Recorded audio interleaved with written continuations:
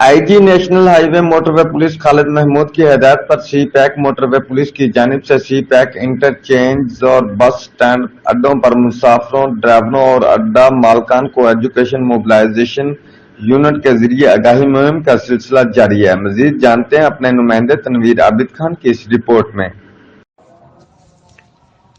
آئی جی national high وے motor وے police خالد محمود کی ہدایات پر motor وے police کی جانب سے سی پیک انٹرچینج M14 عیسیٰ خیل داؤد خیل کوٹ بیلیاں اور اس سے منسلک جنرل بس اسٹینڈ عیسیٰ خیل داؤد خیل، جنرل بس اسٹینڈ میاں والی پر مسافروں، ڈرائیوروں اور اڈا مالکان کو ٹریفک قوانین پر عمل درآمد یقینی بنانے اور ڈرائیونگ کے دوران محتاط رہنے بارے شعور و آگاہی مہم جاری ہے۔ اس بارے اڈا مالکان کو روٹ پرمٹ مکمل کرنے اور اوور چارجنگ بارے سخت ہدایات دی گئیں،